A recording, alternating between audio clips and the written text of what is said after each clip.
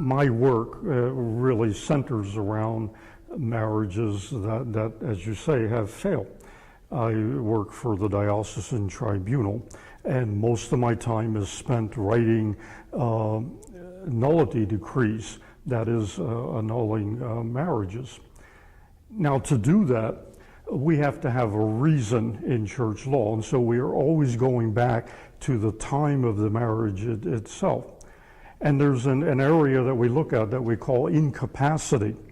We look at whether someone has the ability to enter into a marriage, to assume the obligations of marriage.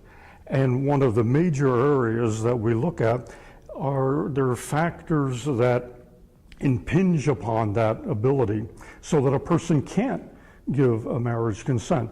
And I have to tell you, the dominant area that we discover there has to do with the abuse of alcohol and the abuse of drugs. I went back and looked at the cases that I have written just over the last year, and I discovered that 33% of the cases that one judge has written, involved incapacity due to alcohol and drug abuse. And those are only the cases that's the principal reason the marriage failed. There's other marriages where it was one of the ancillary reasons as well, but not the main reason. I don't know if this qualifies as an epidemic, but what I can tell you is that alcohol abuse and drug abuse is rampant in our society. It is extraordinarily destructive of marriages, and it almost always goes back to the courtship period. Very seldom do we see that emerge just in the marriage by itself. If it becomes destructive of the marriage union, it started someplace before the couple married, and it's extraordinarily important for couples to reflect on that before they marry if they suspect that there's some kind of substance abuse there, because it just does not normally disappear. It only gets worse over time. When I think of hidden addictive issues, I think of an individual who has consciously and deliberately avoided revealing something about themselves. Usually that's something, i.e. an addictive behavior, is something they perceive as shameful, invariably resulting in people making judgments about them, something that may well reflect deficits in their personality. The hiddenness is deliberate. It is something that very often is done in collaboration with other people through rationalization, minimization, denial. Invariably in the past I've heard patients tell me that, I just drink beer, I don't touch the hard stuff. I used to have a drinking problem, I don't now. Everybody's doing it. You know, everybody got bombed on Saturday night, but I don't really see it as a problem. Think of my own relatives. Years ago used to talk about going on the wagon for Lent. The idea being that if I could abstain for a period of time, in this case Lent 40 days, that somehow I was proving to myself and to others that I really didn't have a drinking problem. And that was an effort to demonstrate to themselves that they didn't, but it was also a way that they were hiding, if you will, the addiction. One of the major problems with alcohol abuse and drug abuse is there's an incredible level of denial in the person who is abusing, and they simply will not recognize that they have a problem. They may say things like, you know, okay, so I get drunk every week and I still do my job. You know, I don't have a problem. Well, some people can function in one area of their life, say work, and do their job. But in every other area, particularly marriage and their home life, they're not functioning because they're either on drugs or because they're drunk all the time, and they're making life miserable for everybody else. That's not functioning, but that's part of that denial. And the problem with that denial is that people will resist intervention, they'll resist treatment. That doesn't mean that if you're going to marry somebody, that you should give in to that denial. If you are listening to me, and right now you're thinking, you know, I really am worried about the person I'm sitting next to, but I don't know how to bring that up because I've hinted at it and they've said, I don't have a problem. Well, you need to bring it up again, and maybe you need to step back in what you're contemplating with marriage. Because if the person that's abusing is in denial and simply will not even discuss the issue, won't take any steps to moderate their behavior, and then there's probably a danger there that a person has to be very, very cognizant of. What tends to be the case of what I see is it's suspected, but it's ignored, or it's overlooked, or it's avoided. One of the persons is worried about the other, but they don't want to bring up the topic. All I can say is that if you suspect that, you need to bring up the topic because it does not go away. But it almost always goes back, these abuses, to some point in adolescence generally, and it escalates over time. And so if a couple is dating and they see serious substance abuse, it has to be addressed. Couples will tell me such things as, well, I figured once we got married, he would grow up and stop drinking. It doesn't happen. Or he'll say, well, I thought once we had children, she would stop using drugs, and that because she would take on the responsibility. It doesn't happen. In point of fact, what usually happens is marriage frees the person who's abusing, and it simply gets worse over time. So when I interview couples, yeah, they tell me it goes back to there, but they ignored it, and they didn't talk about it, or one of the parties says, you know, I don't have a problem, so I don't want to discuss this. Well, if they don't want to discuss it and you think there's a problem, then you need to step back and look at what you're doing in terms of marriage, because it's not going to get to disappear. I think one important consideration that should be foremost in a fiance's deliberation relative to whether or not to continue with marriage plans is the idea that the addict, let's say in this particular case, alcohol and drugs, may very well have been on these chemicals for a substantial period of time. The research suggests that around 16 or 17, person might very well start using alcohol and drugs. Well, if the person is using these chemicals as somewhat of a crutch, then in some ways they've put on hold their maturational development during a very critical period of adolescent and young adulthood. We know from neuropsychology that the most grown-up part of the brain is the prefrontal cortex. It's that part of the brain that develops last. Most usually it isn't fully developed till a person is 18 to 25 years of age. And if you chemically impair the development of that, you can well imagine how when that person stops alcohol or drug use, they're starting back from whence they started using that crutch at about 18 or 19 years old. And so they got to play catch up. So even though they may be chronologically an age of 26, 27, you may very well be engaged to a person who has pronounced deficits in maturity. And when I talk about maturity, I am talking about not physical maturity per se, but emotional maturity, psychological maturity, social maturity, moral maturity. They're playing catch up.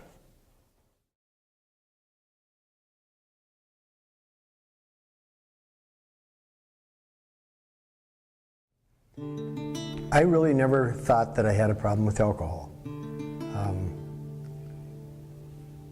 In the area that we live in, using alcohol was a very accepted situation. When I was in Vietnam, I got introduced to marijuana. And I knew there was something wrong because that was a hidden issue. That was something I did not do in front of Jan. I didn't talk about it in front of her. And I kept that a secret.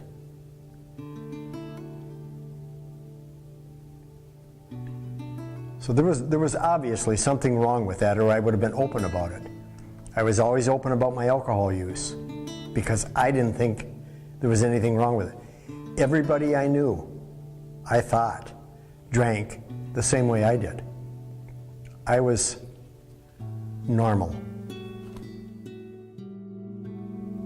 I would have to say that within the first 2 years of the marriage, I had already became uneasy. When we were dating, where there was alcohol involved during that period of time, but our first year of marriage, he would, I saw that it was more of a daily use of alcohol, whether he was with friends or without friends, he was drinking, and I sensed that he might have a problem, but I also, I think I was in denial, or I didn't want to look at it. And two of the things that were issues for me is, number one, I didn't confront him, and number two is I didn't reach out to get help for myself, or to get help. I would say by the second year, at the end of the second year, I was sure that there was a problem. He was hospitalized with a nervous breakdown, and the diagnosis was marijuana-induced psychosis. And myself being a registered nurse, it pretty much told the story for me. And I would have to say at that point in time, then my mission started. My mission was to get him to stop drinking, to stop using drugs. And I was very persistent at that, and that did not help our relationship. My mission was to get him to stop drinking and to do whatever it took to get him to stop drinking. And I worked very hard. I lied. I worked a lot with manipulation. I threatened him to leave, to take the girls. I called bars, find out where he was at. I'd go out looking for him. That just became my mission. And the other side of that was that I didn't want anybody to know what was going on inside the family. So that meant I had to make everything look like everything was good. I had to, like I say sometimes, is I had to make my husband look good, I had to make my kids look good, the house look good, the yard look good, so that this little white picket fence and this wonderful family lives here. So I put a lot of time and I put a lot of energy into those two things, to get him to stop drinking and to make everything look good.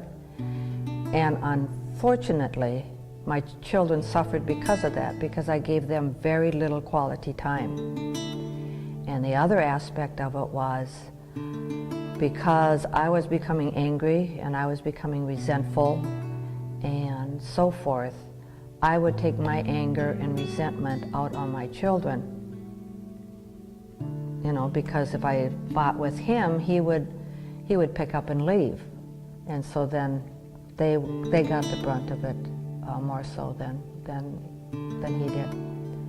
And I did all the wrong things. I probably did all the things that kept him going back to the bar, laying on guilt and the manipulation and putting him down and things of that sort. And that just made him go back to the bar or continue to drink.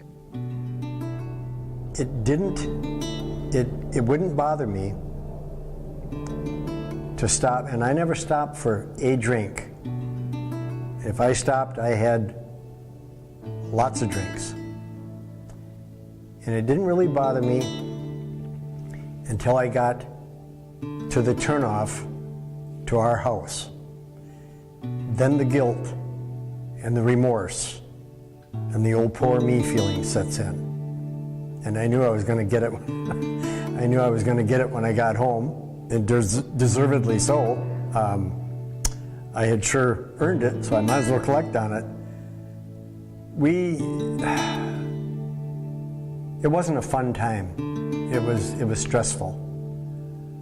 We were trying to raise a family, hold down 2 jobs, build a house, and sometimes it was just easier to go to the bar than it was to go home.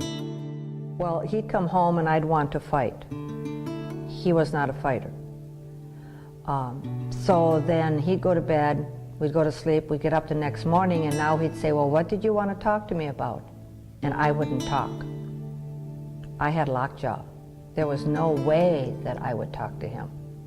So we'd both leave the house angry. He would get off of work and he'd think, well, she's angry at me. What the heck?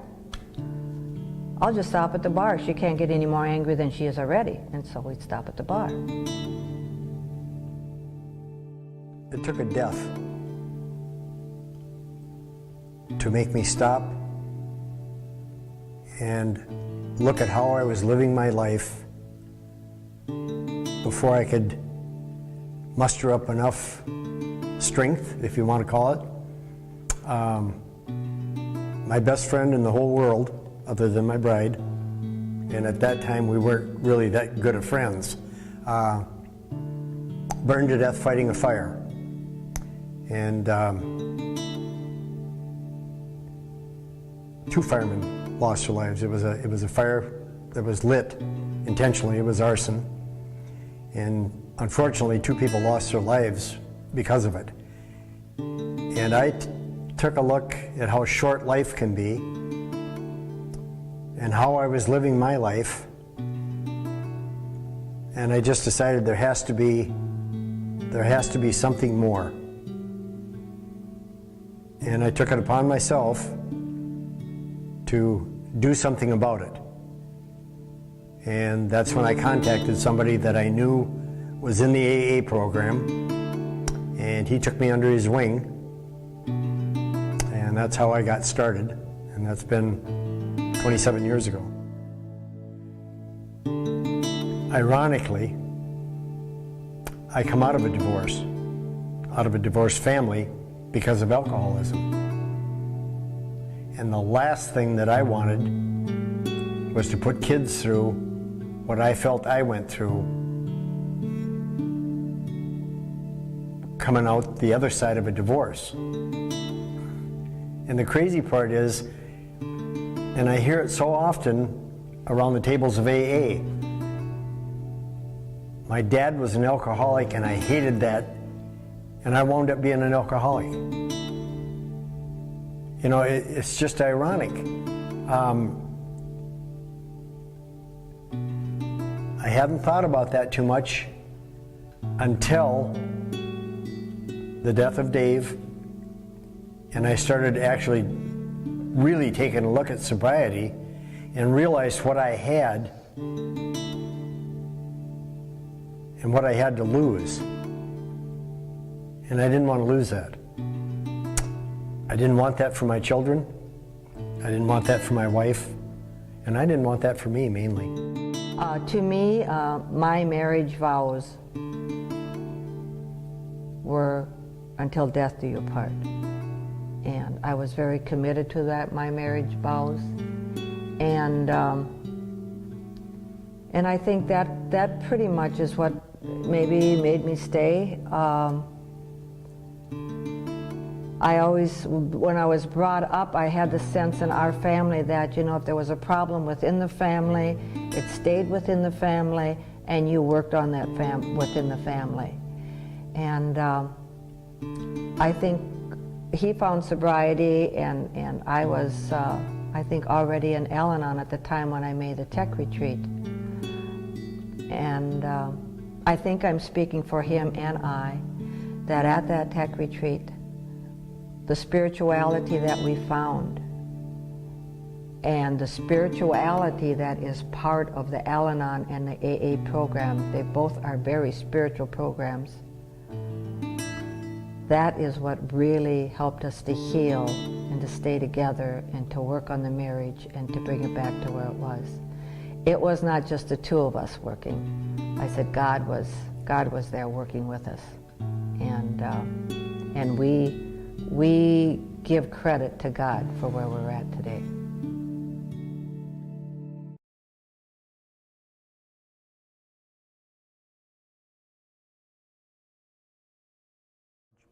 And once again, you can't simply rely on the fact that the party who you're abusing says, I don't have a problem, and think, okay, well, that's it, I addressed it, he denied it, it's done. It's not that easy, because denial is part and parcel of the whole addictive personality.